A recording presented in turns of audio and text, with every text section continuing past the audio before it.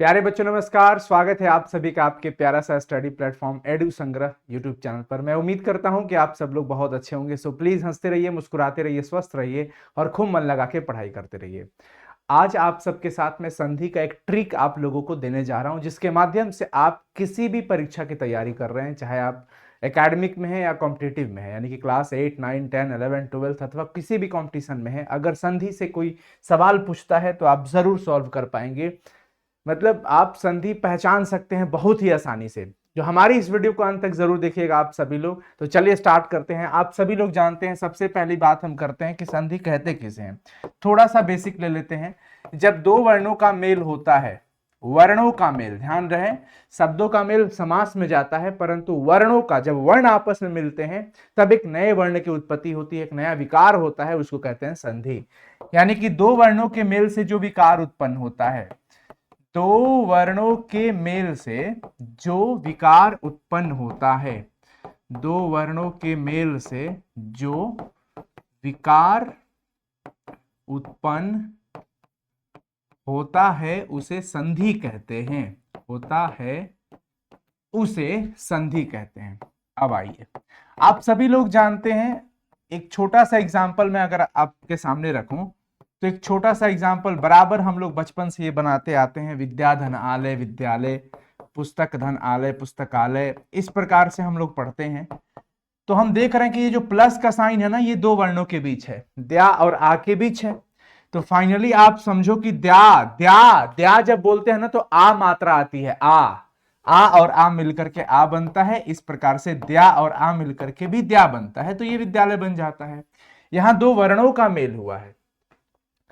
अब अगर हम संधि के प्रकार की बात करते हैं तो संधि के तीन प्रकार होते हैं। संधि के कितने प्रकार होते हैं? तीन। सबसे पहला होता है साथियों स्वर संधि। क्या होता है जी? स्वर संधि, और आप सभी लोग जानते हैं इस बात को। दूसरा होता है व्यंजन संधि, व्यंजन संधि, और तीसरा हमारा होता है विसर्ग संधि। तीसरा हमारा क्या होता है? विसर्ग संधि। सबसे बड़ा कंफ्यूजन ये होता है संधि पहचानने की। संधि पहचानने की सबसे बड़ी कंफ्यूजन काफी बच्चों को होता है, काफी स्टूडेंट्स को होता है।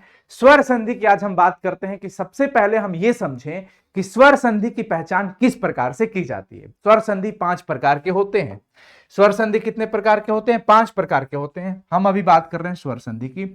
सबसे पहला होता है दीर्घ संधि, यानी कि वही वाली बात हो गई कि मेरे रे सास के 5 पुत्र थे, तो यहां पर वही कहेंगे कि स्वर संधि के 5 पुत्र थे। दीर्घ, दूसरा गुण संधि, और तीसरा हम पढ़ते हैं वृद्धि संधि की बात करते हैं। तीसरा वृद्धि संधि की बात करते हैं, और फिर चौथा हम बात करते हैं यण संधि की। चौथा यण संधि, और फाइनली पांचवा हो जाता है अयादि संधि।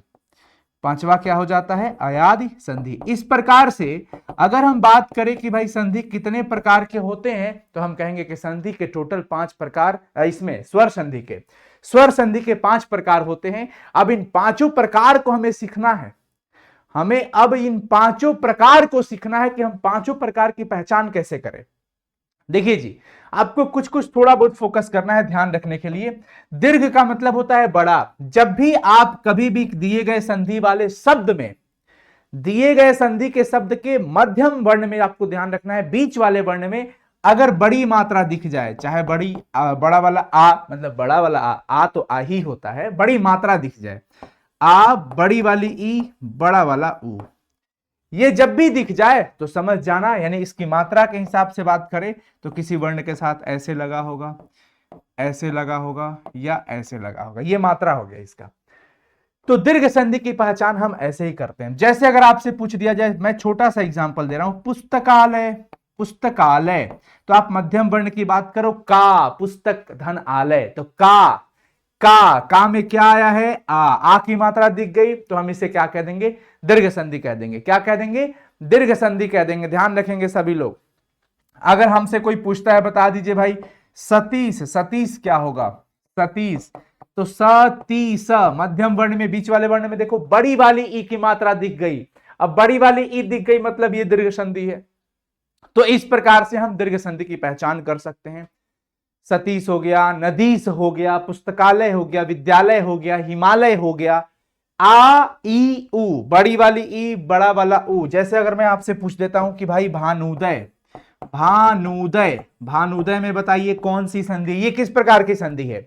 इतना तो समझ में आ रहा है कि अगर ऑप्शन में स्वर संधि, व्यंजन संधि और वर्ण विसर्ग संधि दिया है तो उसमें ये स्वर होगा, लेकिन स्वर में भी अगर बांट दिया है कि यण संधि होगा, कि गुण संधि, कि दीर्घ संधि, कि आदि संधि, तो बहुत आसानी से हम पकड़ सकते हैं कि बड़ा वाला उ की मात्रा दिख गया, उ की मात्रा बड़ा वाला उ दीर्घ उ है, इसलिए हम दीर्घ संधि कहते हैं। तो जब भी दीर्घ स्वर आपको दिख जाए इसमें, तो दीर्घ वाले वर्ण में समझ जाना कि वो दीर्घ संधि है। अब बात करते हैं साथियों गुण संधि की। अब दूसरा हम बात करते हैं किसकी? गुण संधि। गुण संधि क्या कहता है? गुण संधि का तो नियम यही होता है कि अ अथवा आ के बाद हर्षई या दीर्घई आ जाए तो ए बन जाता है, हर्षऊ और दीर्घऊ आता है तो ओ बन जाता है। तो हमें सिर्फ एक मात्रा दिख जाए एकले की, अगर एकले दिख जाता है या ऐसे ओ दिख जाता है, यानी कि ए अथवा ओ, जब भी हमें मध्यम वर्ण में ए और ओ दिख जाए तो हम समझ जाएंगे कि ये हमारा गुण संधि होगा। जैसे प्यारे साथियों, अगर मान लीजिए एग्जाम्पल के तौर पे हमारे साथ ये पूछा जा रहा है मेरे से कि भाई बताइए दिनेश कौन सा संधि है, रमेश में कौन सी संधि लगी है, तो हम बहुत ही आराम से इस बात को बता सकते हैं कि अरे भाई दिनेश, ए की मात्रा है, एक एकले लगा है ना दिनेश, तो ये आराम से हम पहचान के बोल देंगे कि ये गुण संधि है। रमेश, अगर मैं आपसे कहता हूं परोपकार, क्या कहता हूं? परोपकार, क्या कहिएगा?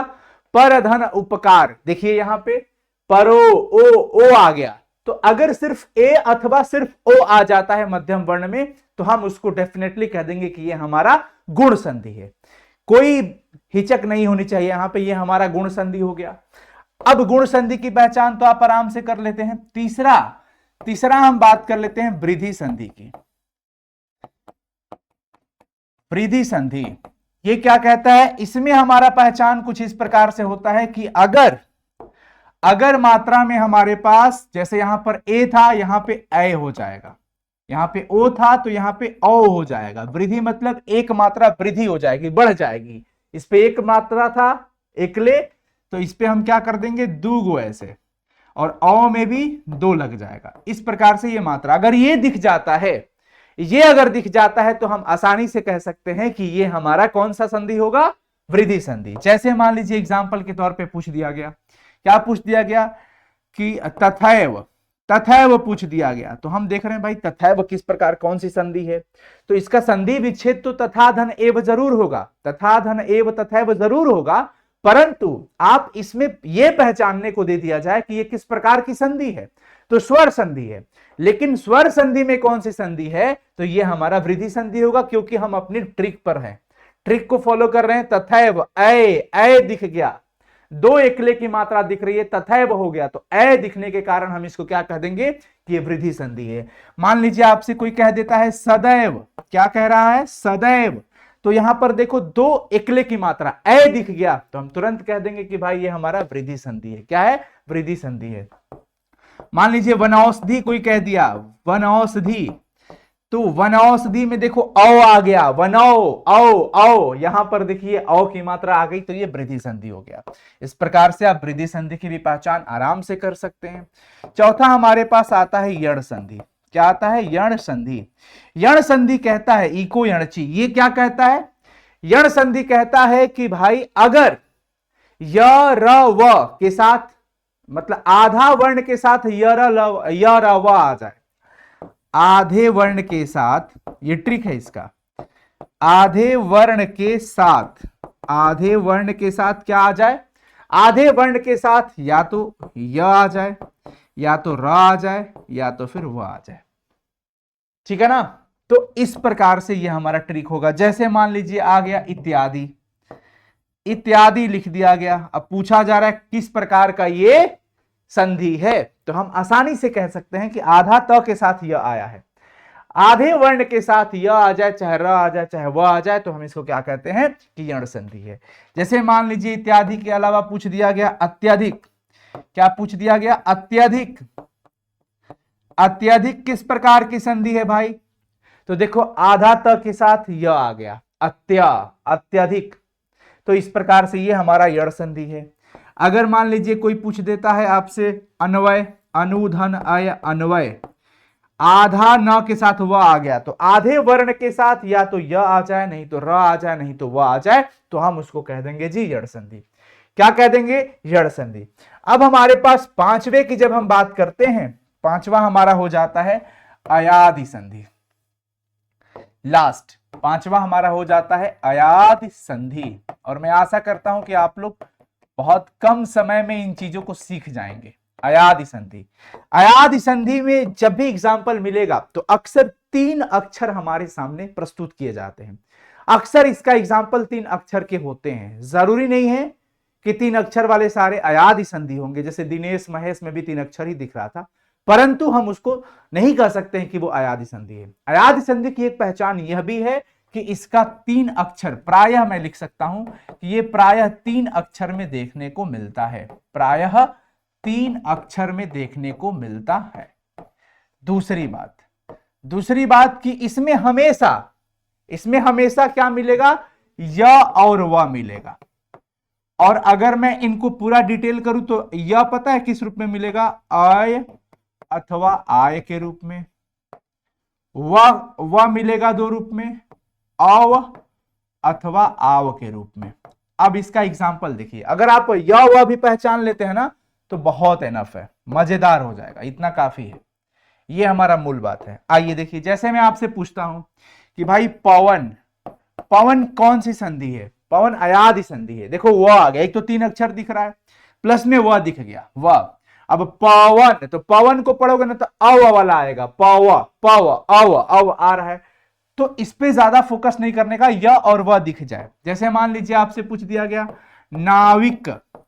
नाविक, तो देखो व तो जरूर आया है ना, व आया है, तो नाव आव, और इक तो इसके बाद का था, हर्षई था, इसलिए हर्षई लग गया तो नाविक हो गया। मान लो कि आपसे पूछ दिया गया भाई गायक आय बन रहा है, गय धन अक गायक, ठीक है। अब मान लीजिए पूछ दिया गया पावक कौन सी संधि? तो पावक में भी क्या होगा? अयादि संधि, क्योंकि पाव आव।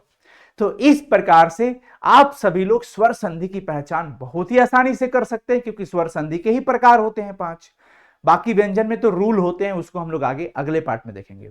तो कैसा लगा आप लोगों को वीडियो? ये कम समय में आपने संधि सीखा। संधि पहचानने का ये बहुत ही अमेजिंग ट्रिक होता है, जिसके माध्यम से किसी भी परीक्षा में पूछे गए संधि की पहचान करने में यह आपको काफी हद तक हेल्प करता है। तो कैसा लगा वीडियो जरूर कमेंट करके बताइएगा, और हो सके तो अपने सभी दोस्तों के साथ इस वीडियो को जरूर शेयर करिएगा। धन्यवाद, thank you so much, bye, take care.